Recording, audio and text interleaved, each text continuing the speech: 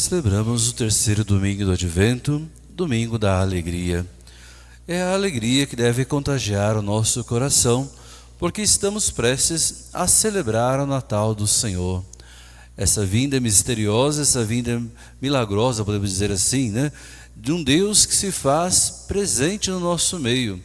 Não como um evento qualquer, não como uma aparição, mas um Deus que veio tomar a nossa carne, encarnar-se. Por isso o Natal é chamado, a festa da encarnação, porque o Senhor Jesus assumiu a nossa carne. Ele veio até ao nosso encontro, se fez um de nós, assumiu em tudo a nossa vida, toda a nossa natureza humana, com todas as consequências da nossa vida humana, com as dores, os sofrimentos, menos o pecado. O Senhor não tem pecado, mas para Ele assumiu o pecado de toda a humanidade, de cada um de nós. O mistério da encarnação, então, onde nós celebramos a vinda de Deus entre nós, é um convite, então, a cada um de nós nos alegrarmos. Porque muitas vezes a gente ouve por aí que somos tão pouquinho, tão pequenininho, tão frágeis, tão isso, tão aquilo. Mas Deus olhou para a nossa humildade, olhou para a nossa fraqueza, olhou para a nossa natureza humana pecadora e se fez um de nós, veio ao nosso encontro. Domingo da alegria. É domingo, então, de festejarmos, se aproxima a festa do Senhor. Mas ainda nesse período do Advento, o convite da liturgia, além da alegria, é que nós continuemos o nosso caminho de conversão. Uma conversão que tem que ser constante, todo momento, Mas, aproximando do Natal, queremos realmente que essa conversão aconteça. É um domingo que nós somos convidados, como na primeira leitura nós ouvimos do profeta Isaías, esse povo estava ali no exílio, estava lá entristecido, e o profeta anima esse povo. Deus não esqueceu deles. Deus esqueceu da vingança que ia atingir a eles, mas em lugar da vingança, Deus demonstra ainda mais o seu amor por eles. E quer tirá-los dali, para que eles possam realmente encontrar a salvação no Senhor. Criai ânimo, não tenhais medo, vede, é vosso Deus. É a vingança que vem, é a recompensa de Deus. É o Senhor que vai nos salvar. Sim, esse mesmo Deus que anuncia ao profeta Isaías, chama a cada um de nós também a acreditar. No nosso dia a dia, muitas vezes, não temos tanta causas de alegria assim. São Paulo, nas suas cartas, ele nos convida a alegrar sempre. Alegrai-vos sempre no Senhor. Mas como nos alegrar quando passamos momentos de dificuldade e sofrimento? Como nos alegrar quando a doença bate à nossa porta, chega na nossa casa, na nossa família, quando temos um ente querido enfermo, ou em casa, ou no hospital, que não pode, às vezes, sair da sua cama, está ali. Como podemos nos alegrar assim? E São Paulo nos convida a essa alegria presente sempre. Por quê? Como falava ontem aqui na missa, nós tivemos à tarde, com nossos irmãos enfermos e idosos, o nosso sofrimento só é um sofrimento vão quando a gente sofre em si mesmo. Mas quando a gente sofre, aliando o nosso sacrifício, nosso sofrimento à cruz do Cristo, nós vemos que Ele sofreu por nós, muito mais do que nós sofremos. E nesse sofrimento, Cristo abarca os nossos sofrimentos todos. Então, quando nós sofremos, unimos nosso sofrimento ao Cristo, temos sim razão de esperança, temos sim razão de firmar a nossa fé, porque não estamos vacilantes, não. Nós sabemos em quem caminhar, em quem confiar. Confiamos no Senhor. Por isso sim é a nossa razão de alegria. São Tiago, na segunda carta, na segunda leitura que nós ouvimos, ele diz assim aos irmãos: ficai firmes até a vinda do Senhor. Ficai firmes, mesmo que diante das nossas dificuldades, sofrimentos, dores, nos sentimos abalados de vez em quando. Ficar firmes, ou seja, tenhamos confiança. O Senhor veio para salvar, não veio para condenar a ninguém. A dor, o sofrimento, as dificuldades que passamos não é um castigo, não é para a gente ficar sofrendo. Deus não quer o sofrimento dos seus filhos, Ele quer a alegria, quer a paz, mas é necessário também, como Cristo, passar por dificuldades e sofrimentos. É necessário para atingirmos realmente a alegria plena da glória que está no Senhor. Ficai firmes.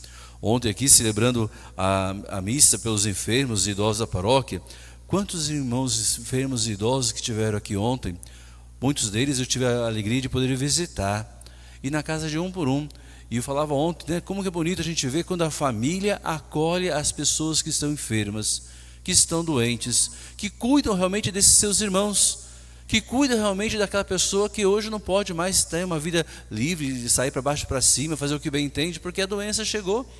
Muitos estão acamados, muitos usam aparelhos para poder caminhar, né, os andadores, cadeiras de roda, muletas. Muitas pessoas não têm mais a liberdade de ir e vir como bem entendiam, né?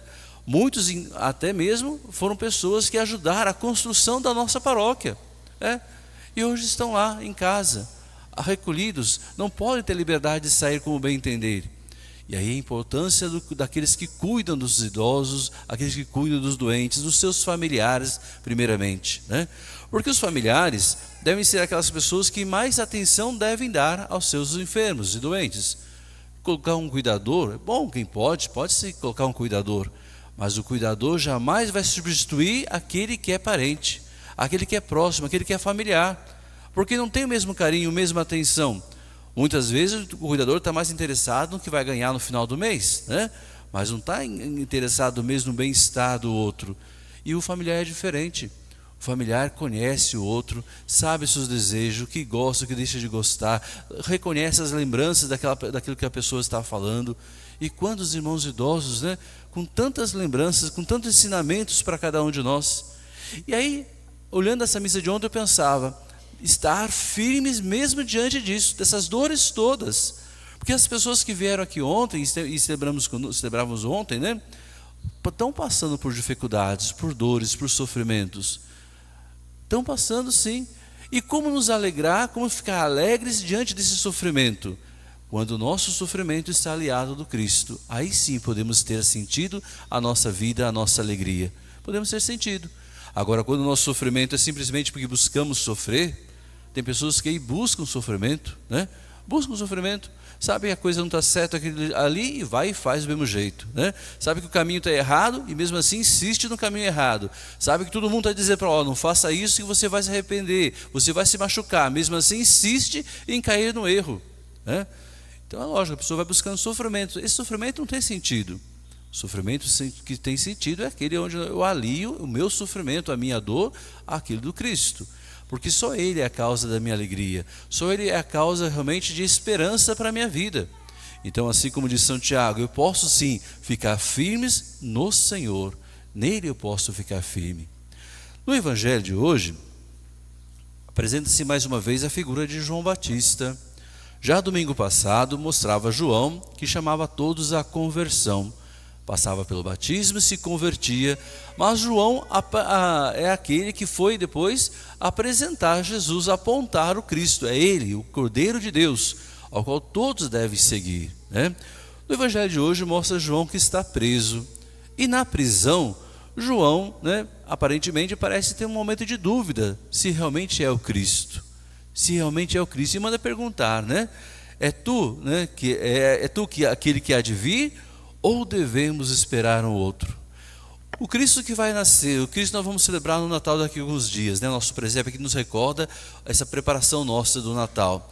O Cristo que vamos celebrar daqui a um dia, é Ele mesmo que nós acreditamos ou queremos esperar um outro? É Ele que nós realmente acreditamos mesmo e colocamos a nossa vida, ou virá algum outro? Nós cristãos não podemos ter dúvida da nossa fé. Nós cristãos não podemos duvidar do Cristo. Nós recebemos a graça dele mesmo se entregar por nós, vir ao nosso encontro, dar a sua vida por nós e no seu amor acolher a todos nós.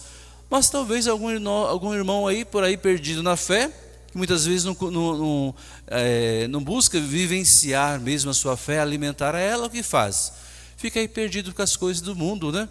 Então está mais preocupado lá com o Natal, com os enfeites de Natal, com as compras, o que vai receber em casa, do que realmente preocupado em preparar o seu coração para acolher o Senhor que vem.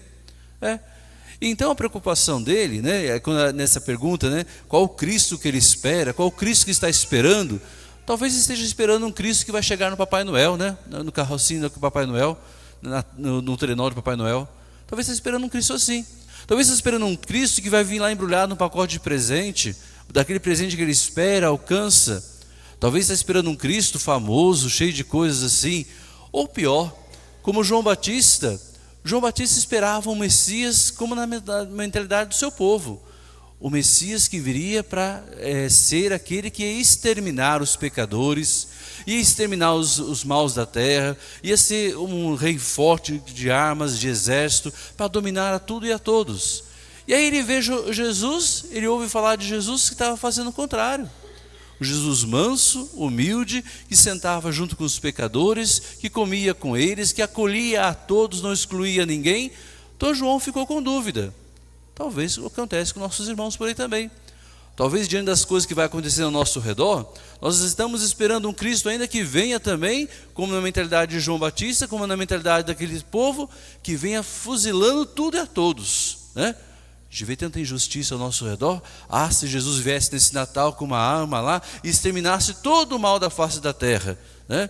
Talvez algum cristão, até católico, pense em fazer assim. E a gente vê que é diferente. Jesus vai nascer na humildade, Jesus vai nascer no amor, com o seu coração imenso de amor misericordioso, que acolhe a tudo e a todos, que perdoa a todos, que perdoa as nossas faltas, nossas culpas. E olha que bom que Jesus não é aquele que estava na mentalidade, na mente de João, na mente dos seus daquela época. Que bom que Jesus é misericordioso, porque se Jesus viesse realmente tratar, né, como lá um rei poderoso e forte de exército exterminando tudo, talvez nós também seríamos exterminados. Talvez nós também. Porque por mais que queremos ser bons, muitas vezes não somos. Porque mais que queremos fazer o bem, muitas vezes não fazemos. Porque mais que nós queremos realmente agir conforme a vontade do Senhor, muitas vezes esquecemos a vontade dEle.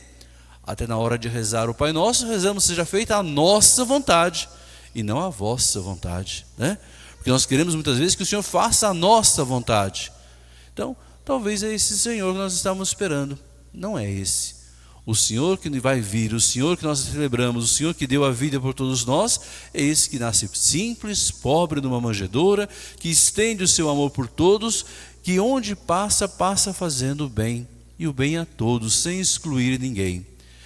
Preparemos então o nosso coração, como João dizia no domingo passado, né?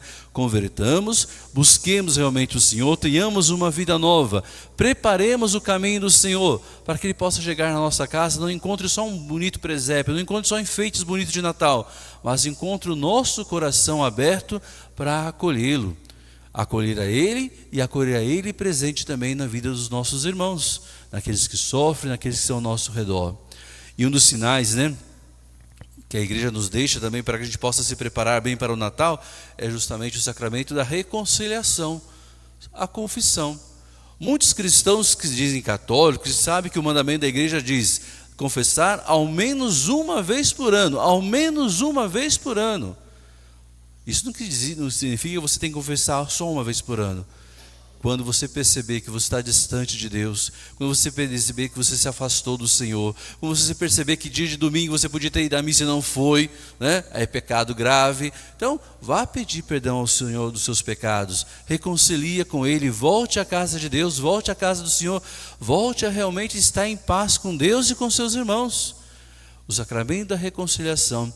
E essa semana nós temos a graça de ter aqui na nossa paróquia, na próxima sexta-feira, o mutirão de confissões. Todas as nossas comunidades da paróquia, né? Vamos ter aqui o mutirão de confissões. Teremos os padres de várias paróquias nos ajudando aqui para atendimento das confissões. Sexta-feira, a partir das 19h30. 19h30 às 21 horas. Teremos aqui os padres para nos ajudar nas confissões. Como também teremos nas comunidades da paróquia, né? Das 19h30 às 21 horas. Para que nós possamos nos preparar para o Natal do Senhor. Deixar o nosso coração aberto, livre, em paz para receber o Senhor que vem. Então não vamos perder tempo, não, né? Não vamos perder tempo, não vamos perder a oportunidade de preparar o nosso coração. Mas vamos deixar realmente aberto para bem celebrar o Natal com o sentido que ele é. Nascimento de Jesus, mistério da encarnação de um Deus que se faz pequeno para abraçar a todos nós no seu amor misericordioso.